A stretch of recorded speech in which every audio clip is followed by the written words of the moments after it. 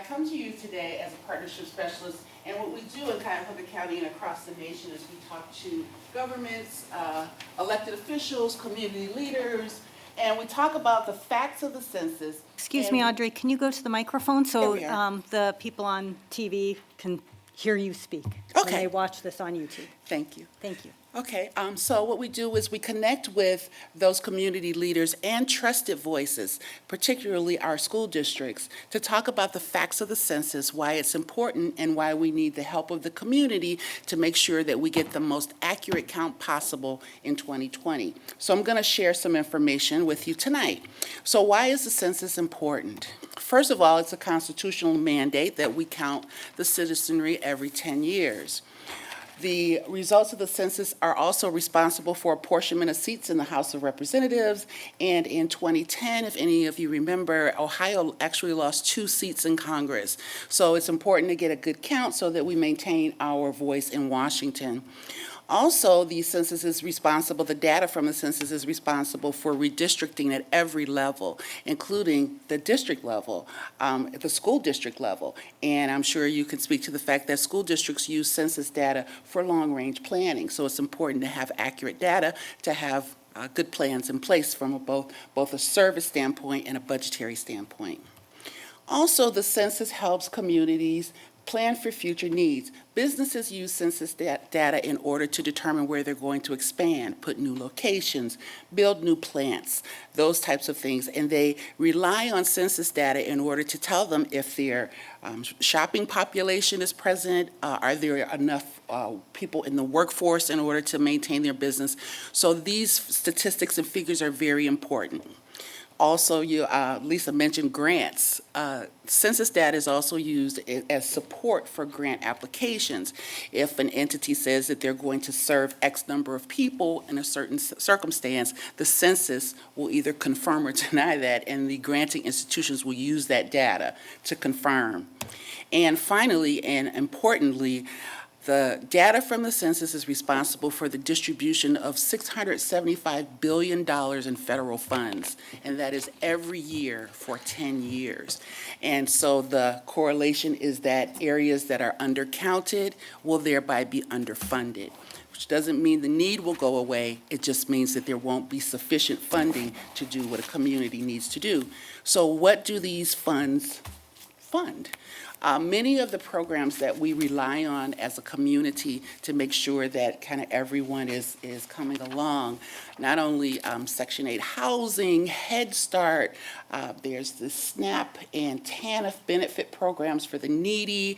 Also, from a school district standpoint, Title I funding is based on census data, as well as a lot of support for students, such as free and reduced school lunches. All of these programs and adequate funding for the programs are dependent upon an accurate count of the people who live in a given district or community.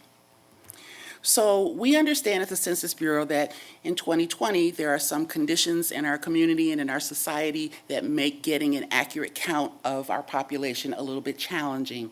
And some of those are the rapidly changing use of technology. Technology is being employed in much greater ways in the count for 2020, and we know there's a certain segment of the population that doesn't have a high trust level there.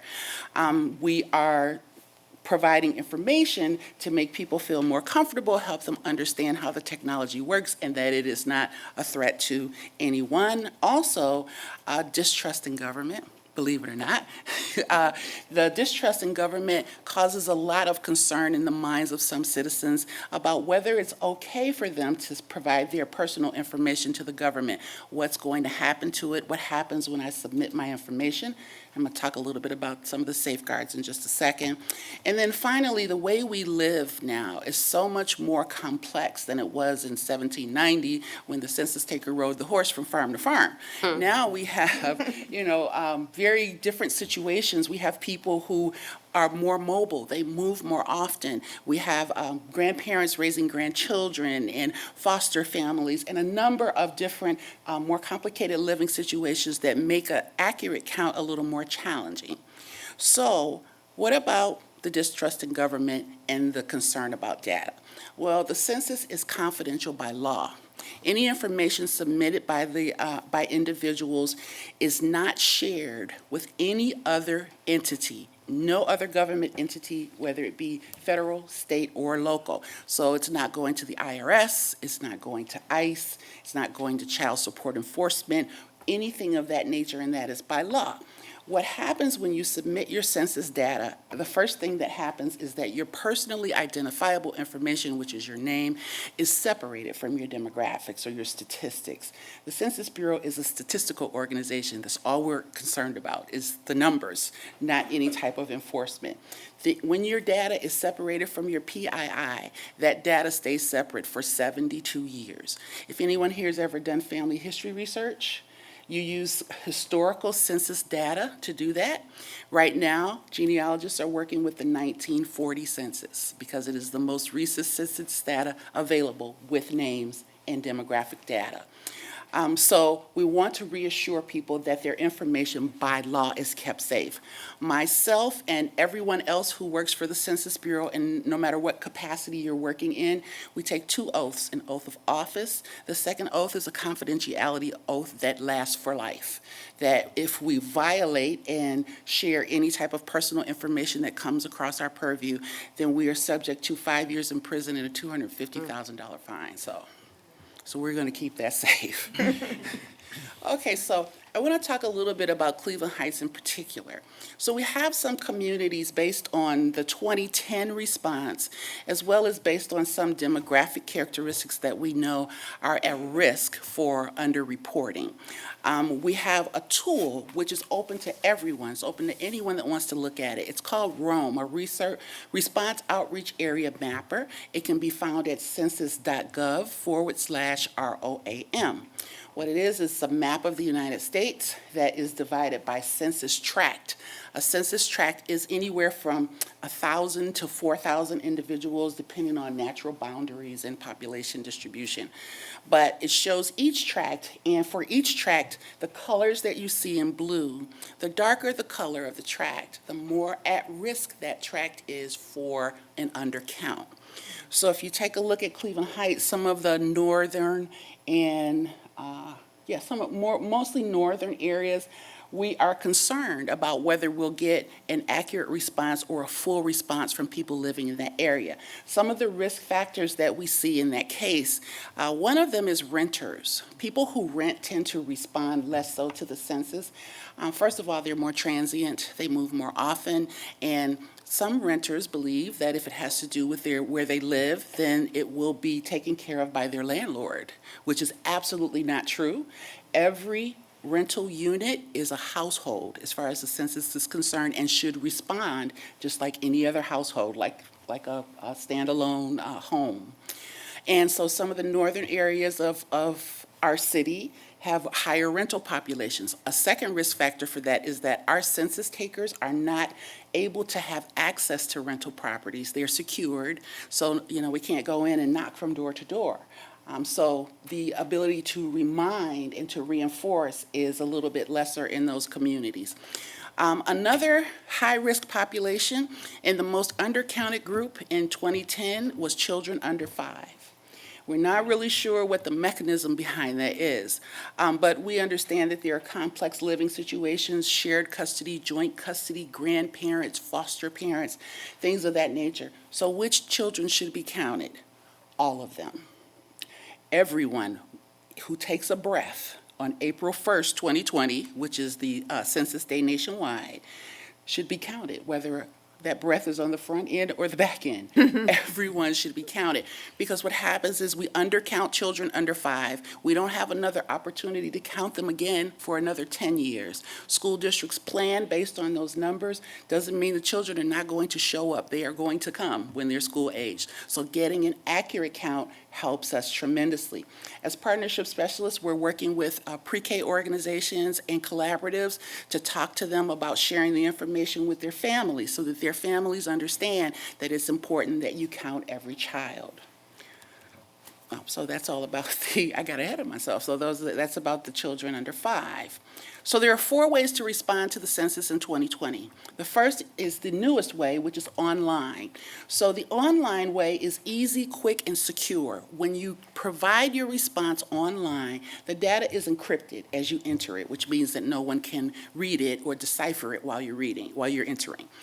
After you complete your census, your information comes out of the online environment, so it does not stay there, so it's not prone to hacking or anything of that nature.